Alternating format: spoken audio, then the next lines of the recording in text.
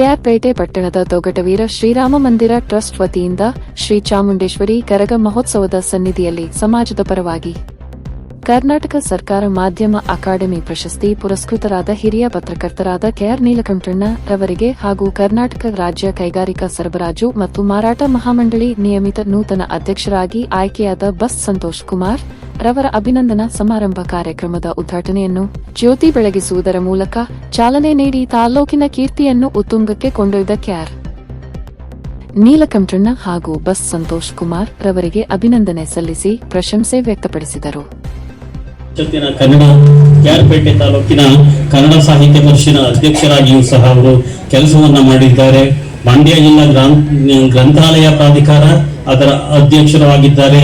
ತಾಲೂಕು ಕಾರ್ಯನಿರತ ಸಂಘ ಪತ್ರಕರ್ತರ ಸಂಘದ ಅಧ್ಯಕ್ಷರು ಹಾಗೂ ಕರ್ನಾಟಕ ರಾಜ್ಯ ಹಿಂದುಳಿದ ವರ್ಗಗಳ ಮಾನ್ಯತೆ ಪಡೆದ ಸಂಪಾದಕರು ಮತ್ತು ವರದಿಗಾರರ ಸಂಘದ ರಾಜ್ಯಾಧ್ಯಕ್ಷರಾಗಿಯೂ ಕೆಲಸವನ್ನು ನಿರ್ವಹಿಸಿದ್ದಾರೆ.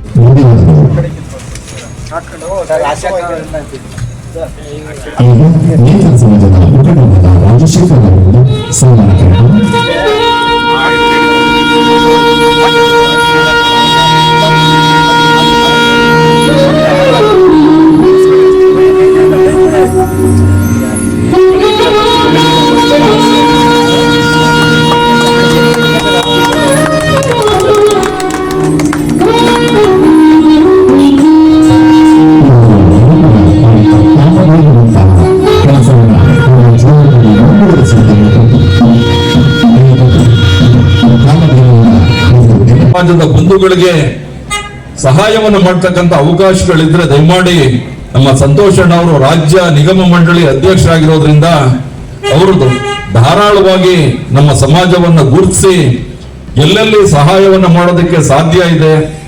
ಹಾಗೆ ಇನ್ನೊಬ್ರು ನಾಗೇಂದ್ರ ಕುಮಾರ್ ಅಂತ ನಮ್ಮ ಕರ್ನಾಟಕ ರಾಜ್ಯ ಕೈಮಗ್ಗ ಅಭಿವೃದ್ಧಿ ಮಂಡಳಿ ಅಧ್ಯಕ್ಷರಾಗಿದ್ದಾರೆ. ಅವರು ಕೂಡ ನಮ್ಮ ಕೆಆರ್ಪಿ ಅವರ ಸ್ಟೂಡೆಂಟು. ನೋಡಿ, ಹಿಂಗೆ ಅವರ ಶಿಷ್ಯರ ಪರಂಪರೆ ಗುರುಗೆ ಯಾವಾಗ ಸಂತೋಷ ಸಂಭ್ರಮ ಆಗುತ್ತೆ ಅಂದ್ರೆ ಗುರುಗಿಂತ ಶಿಷ್ಯ ಮೀರಿ ಬೆಳೆದಾಗ ಅವನ ಅಭ್ಯುದಯವನ್ನ ಕಂಡು ಸಂತೋಷವನ್ನ ಪಡ್ತಕ್ಕಂಥವ್ರು ಗುರುಗಳು. ಪರಿಶ್ರಮನು ಆತರ ಕಷ್ಟ, ನಮಗಿಂತ ಕಷ್ಟದ ಪರಿಶ್ರಮ. ನಾನೇನ್ ಹೇಳಿದೆ, ಇವಾಗ ನಮ್ಗೆ ಏನಾದ್ರು ವ್ಯತ್ಯಾಸ ಆದ್ರೆ ಸನ್ಮಾನಕ್ಕಿಂತ ಅವಮಾನನೇ ಜಾಸ್ತಿ ಆಯ್ತದೆ ಅನ್ನೋದಕ್ಕೋಸ್ಕರ ನಾನು ಯಾರಿಗೂ ಹೇಳಿರ್ಲಿಲ್ಲ.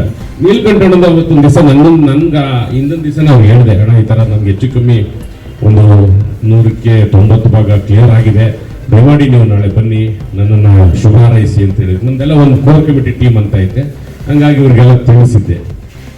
ಇವರು ಒಂದಕ್ಕಿಂತ ಮುಂಚೆನೆ ನಿರ್ಧಾರ ಮಾಡ್ಕೊಂಡಿದ್ರು, ರಾಜಶೇಖರಣ್ಣ ಇವರೆಲ್ಲ ಒಂದು ಪ್ರವಾಸಕ್ಕೆ ಹೋಗೋದು ವಿಚಾರವಾಗಿ.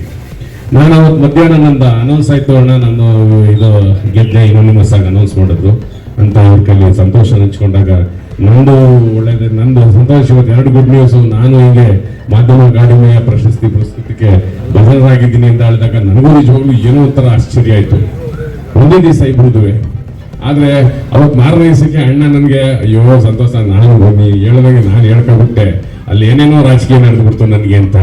ಬಟ್ ಆ ಶಕ್ತಿ, ನೀಲಕಂಠಣ್ಣನ ಶಕ್ತಿ ಇರೋದಕ್ಕೆ ಇವತ್ತು ಅವ್ರಿಗೂ ಮೇಲ್ಗಡೆ ಒಂದು CM ಅವ್ರ ಹತ್ರ ಒಂದು ಅವರ ಸ್ನೇಹಿತರಿರೋದ್ರಿಂದ ಅವರ ಒಂದು ಪ್ರಶಸ್ತಿ ಹಂಗೆ ಉಳ್ಕೊತ್ತು.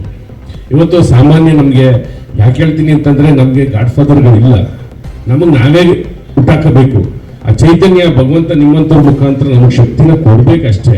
ಇವತ್ತು ನೀಲಕಂಠಣ್ಣವರು ಪಾಪ ಎಲ್ಲ ಖುಷಿಯಿಂದ ಹೇಳ್ಕೊಂಡು ವಾಟ್ಸಾಪ್ ಹಾಕ್ಬಿಟ್ರು.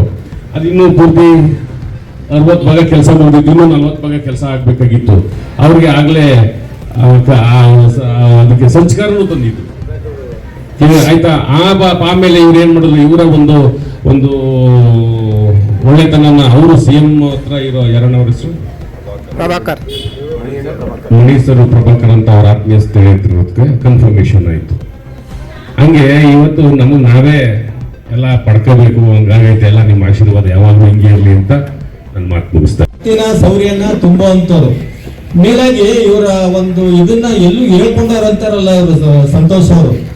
ಇವ್ರು ಯಾರು ಅಂದ್ರೆ ವಿಶ್ವ ಒಕ್ಕಲಿಗ ಮಹಾಸಂಸ್ಥಾನ ಮಠದ ಪೀಠಾಧ್ಯಕ್ಷರಾದ ಶ್ರೀ ಕುಮಾರ ಚಂದ್ರಶೇಖರ ಸ್ವಾಮೀಜಿಯವರ ತಮ್ಮವರ ಮಗ, ಬಸ್ ಸೋಮಣ್ಣ ಅವರ ಮಗ ಅಂತ ಕೆಲವ್ರಿಗೆ ಗೊತ್ತೇ ಇಲ್ಲ. ಹೇಳ್ಬೇಕು ಅಂದ್ರೆ ಅವ್ರೆಲ್ಲೂ ಹೇಳ್ಕೊಂಡೇ ಇಲ್ಲ.